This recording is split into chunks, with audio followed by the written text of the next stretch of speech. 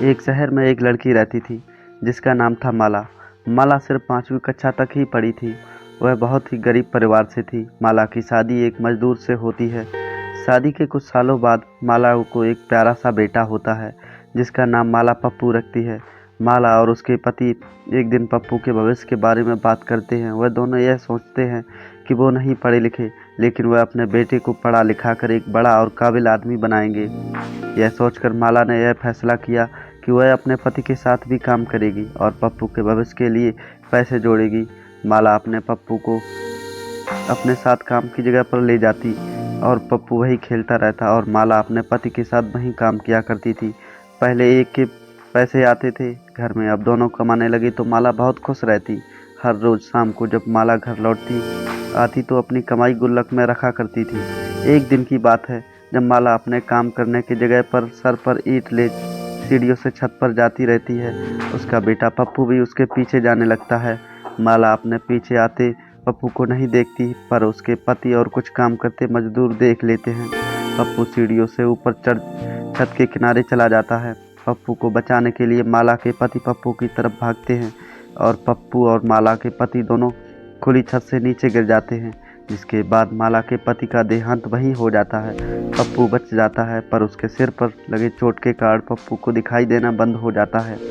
पप्पू अंधा हो जाता है। माला अपने पति की मृत्यु और बेटे के अंधे होने के कारण टूट सी जाती है।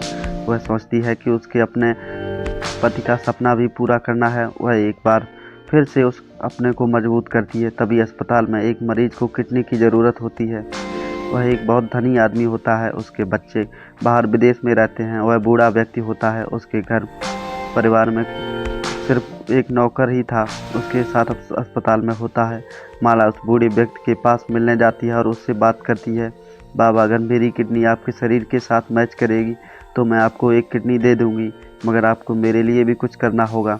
बूढ़ा व्यक्ति माला को बोलता है, तुम्हें जितने पैसे चाहिए मैं तुम्हें दे दूंगा। माला बोलती है, बाबा मुझे पैसे नहीं, एक वादा चाहिए, और माला अपनी सारी कहानी उसे सुनाती है। माला बोलती है, बाबा मैं एक किडनी आपको और अपनी दोनों आंखें अपने बेटे को देना चाहती हूँ। बूढ़ा व्यक्ति उसे समझाता है, अगर तुम दोनों आंखें उसे दे दोगी तो बेटे को बड़ा आदमी बनता कैसे देखोगी। माला बोलती है कि बाबा मैं हूँ ना, उसे अपनी मन की आंखों से देख लूँगी। यह बोलकर बूढ़े के कमरे से वापस आती है और एक पत्र लिखती है। पत्र को संभाल कर रखने की जिम्मेदारी बूढ़े बाबा के साथ आए नौकर को माला दे देती है। एक किडनी बाबा को और दोनों आंखें अपने बेटे को माला दे देती है। बूढ़ा आदमी अपने साथ माला और पप्पू को घर ले जाता है। वह बहुत बड़े घर में रहता था जहाँ नौकर, गाड़ी, सारी सुविधाएं मौजूद होती हैं।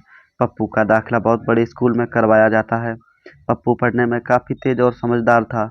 धीरे धीरे पप्पू बड़ा होने लगता है। वह स्कूल जाता है तो उसे वहाँ के बच्चे अंधी का बेटा बोलकर पप्पू को बुलाया करते हैं।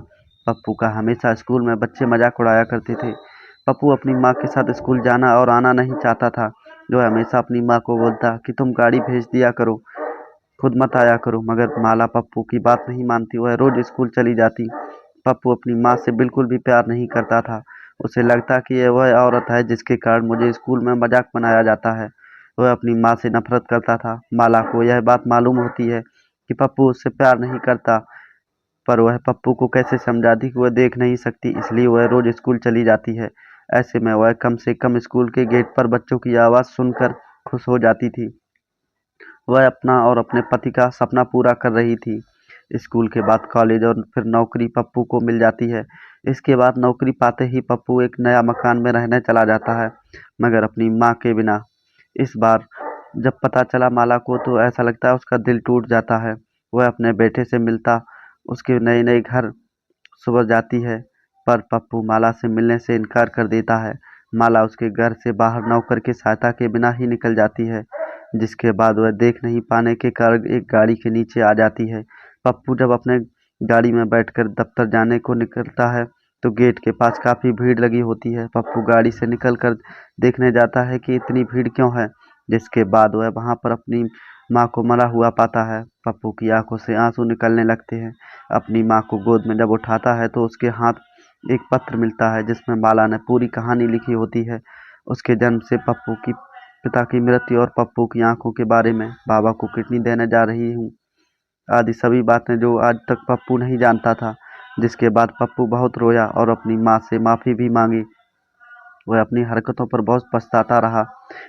दोस्तों, इस कहानी से हमें यह शिक्षा मिलती है कि हमें अपने परिवार के सदस्य की स्थिति पर कभी शर्मिंदा नहीं करना चाहिए।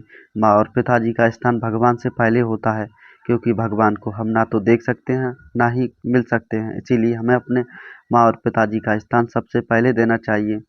कहानी पसंद आई हो तो लाइक, शेयर, सब्सक्राइब करना ना भूलें और हमें कमेंट में ज़रूर बताएं कि ये कहानी आपको कैसी लगी।